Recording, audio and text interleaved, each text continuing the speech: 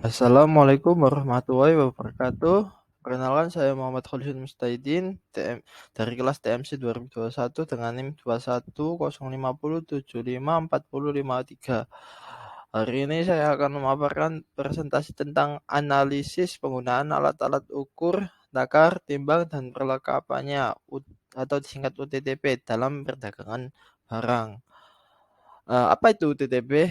UTTP adalah singkatan dari alat-alat ukur, takar, timbang, dan perlengkapannya. Merupakan alat-alat yang diperuntukkan atau dipakai untuk pengukuran, penakaran, dan penimbangan suatu kuantitas dan atau kualitas.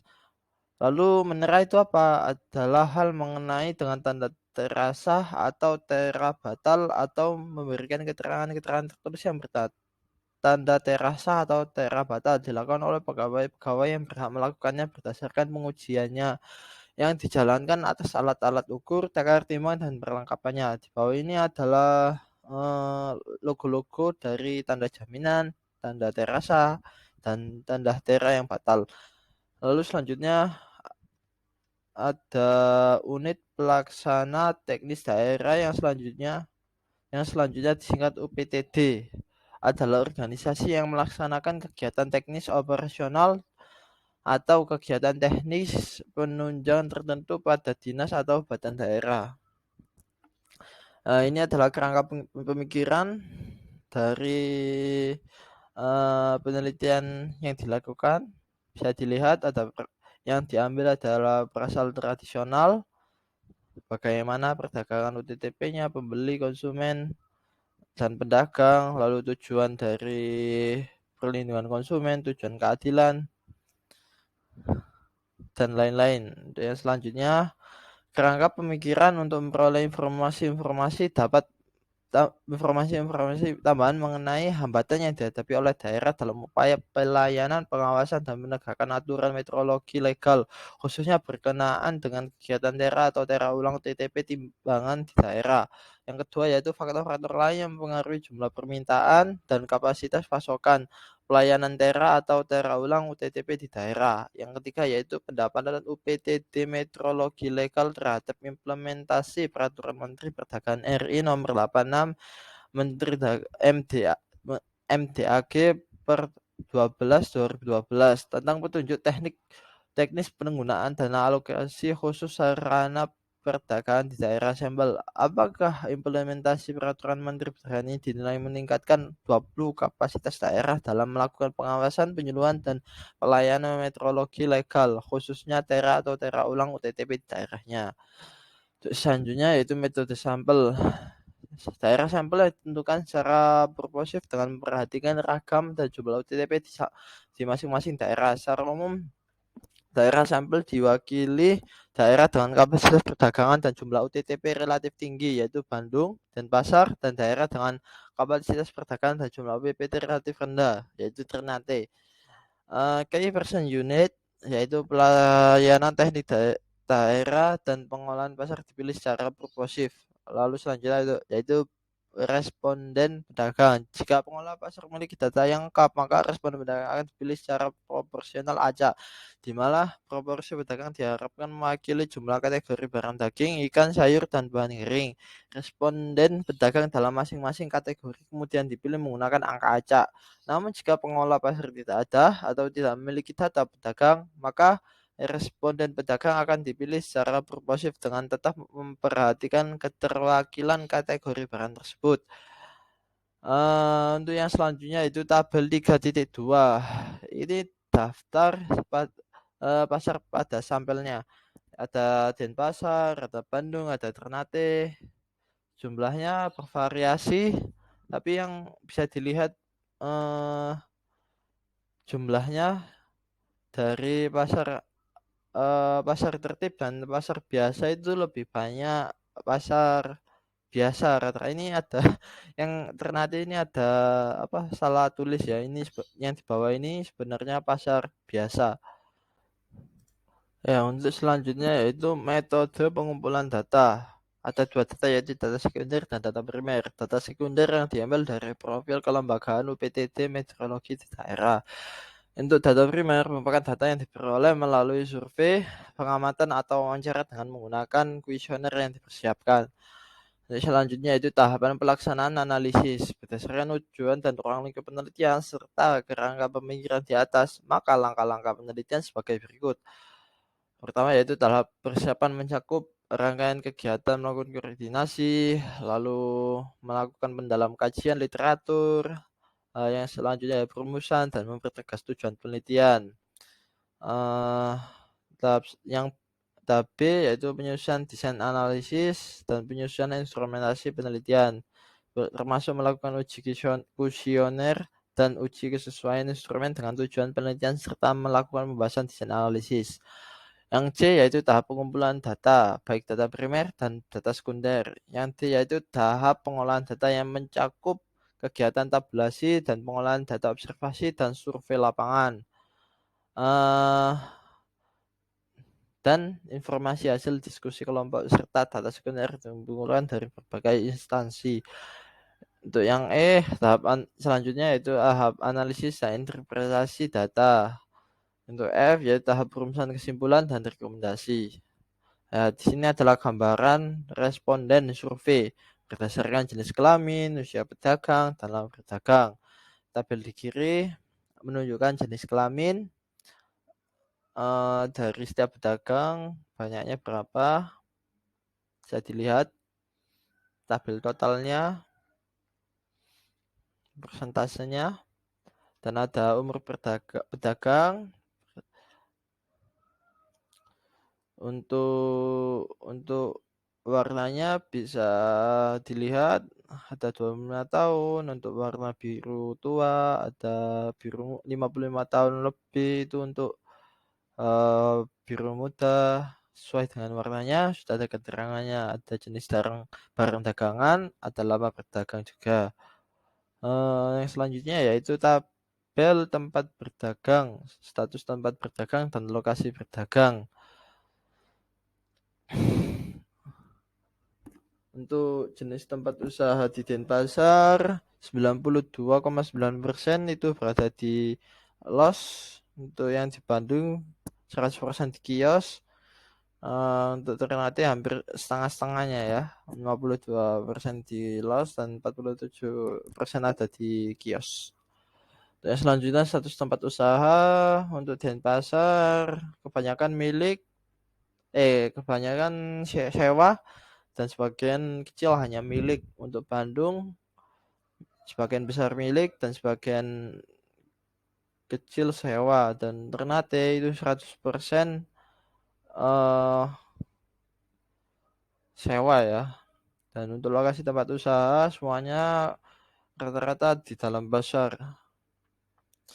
Penggunaan timbangan di Denpasar, Bandung, dan Ternate dapat dilihat di tabel berikut. Untuk Denpasar kebanyakan menggunakan timbangan meja Behringer, dan juga begitu pula untuk Bandung. Tapi di sini di Bandung ada timbangan elektronik juga. Untuk yang di Ternate kebanyakan menggunakan timbangan pegas, dan sedikit ada di timbangan elektronik dan timbangan bobot insut. Dan secara total paling besar adalah menggunakan timbangan meja Behringer. Nah, ini alasan penggunaan timbangan. Secara total bisa dilihat untuk meja Behringer, alasannya yaitu sebagian besar kecukupan kapasitas dan kemudahan pengoperasian. Dan untuk Dajin, alasannya 100% untuk kecukupan kapasitas, dan untuk Pegas yaitu kemudahan dalam pengoperasian, dan untuk bobot ingsun yaitu kecukupan dalam kapasitas dan keawetannya juga. Dan untuk Sentisimal setengah semuanya untuk kecukupan kapasitas dan kemudahan pengoperasiannya. Dan untuk elektronik sebagian besar kemudahan pengoperasian dan ketelitian dalam hasilnya. Selanjutnya yaitu jangkauan pelayanan teraulang di dalam pasar. Untuk Denpasar sebagian besar sudah ditera ulang 76%, Untuk Bandung 60% sudah ditera ulang dan untuk Ternate 60% sudah ditera ulang dan secara keseluruhan 66% sudah ditera, 33% belum ditera. Bisa dilihat ya, Ternate memiliki nilai belum ditera yang paling besar ya sekitar 39% lebih, 39,6%. Dan uji ulang ketepatan ukur timbangan, hasil ini diuji dengan uji chi-square ternyata memberikan hasil yang signifikan pada tingkat kepercayaan 90% bagi timbangan meja Behringer dan pada tingkat kepercayaan 90% pada timbangan pegas. Hasil ini menunjukkan kegiatan tera ulang memiliki pengaruh yang nyata terhadap ketetapan ukur timbangan yang digunakan pedagang di pasar tradisional. Kerusakan sesudah terulang pada timbangan meja ada 72% timbangannya sudah ditera ulang dari yang telah ditera ulang tersebut 30% diantaranya ketika diperiksa ulang ternyata memberikan hasil ukur ulang yang tidak tepat, sedangkan dari timbangan yang belum tera ulang 57,4% diantaranya ternyata memberikan hasil pengukuran yang tepat. Pada timbangan bekas dari 60% timbangannya sudah tera ulang, hanya 6,1% yang memberikan hasil tidak tepat, sedangkan dari timbangan yang belum tera ulang diketahui 85,5% diantaranya memberikan hasil pengukuran yang tepat. Untuk umur timbangan, rata-rata umur timbangan meja yaitu 10,84 tahun dan sedangkan untuk rata-rata umur timbangan pegas adalah 2,08 tahun. Dan jumlah UTTP timbangan meja dan pegas. Jumlah jenis UTTP Bali 2012 untuk pelayanan bisa dilihat ya, di sini ada pelayanan 2012, jangkauan pelayanan, ada estimasi encrow, estimasi perkembangan. Selanjutnya, evaluasi pelayanan tera ulang atau tera ulang UTTP. Bisa dilihat di sini ada pelayanan dan ada tabel pelayanan dan pengawasan tera atau tera ulang UTTP. Sumbernya berasal dari UU nomor 2 tahun 1981, Peraturan Menteri Perdagangan RI nomor 08 MDAG per 3 2010. Yang relatif belum berjalan yaitu UPD seksi pengawasan metrologi legal, yaitu mencakup pengawasan UTTP, penyuluhan pedagang. Dan yang relatif sudah berdagang yaitu berasal dari pedagang, tanda tera sah dan timbangan, UPTD lalu ke UPTD metrologi legal, pelayanan, lalu selanjutnya ke reparatur UTTP, selanjutnya akan terjadi transaksi perdagangan ke pembeli. Tabel yang di kanan yaitu peran reparatur dalam proses tera ulang. Awal-awal pendaftaran administrasi, lalu tera pertama lulus atau tidaknya tergantung. Jika ya, maka langsung akan ke pembayaran biaya tera dan reparasi lalu selesai. Untuk yang belum, bisa direparasi atau tidak. Jika bisa, maka reparasi oleh perusahaan reparatur ditunjuk. Lalu tera 2, lulus atau tidak. Jika iya, maka stempel tanda sah. Dan jika saat di tera 2 itu tidak lulus, maka ke stempel tanda batal. Lalu jika tera 1 tadi tidak lulus, maka apakah bisa direparasi? Jika tidak, maka stempel tanda batal. Intinya jika tera 1 atau tera 2 gagal, maka akan mendapatkan stempel batal. Nah, selanjutnya akan ke pembayaran biaya tera dan reparasi, lalu selesai. Evaluasi pelayanan tera atau tera ulang UTTP bisa dilihat pada pohon masalah pelayanan UTTP.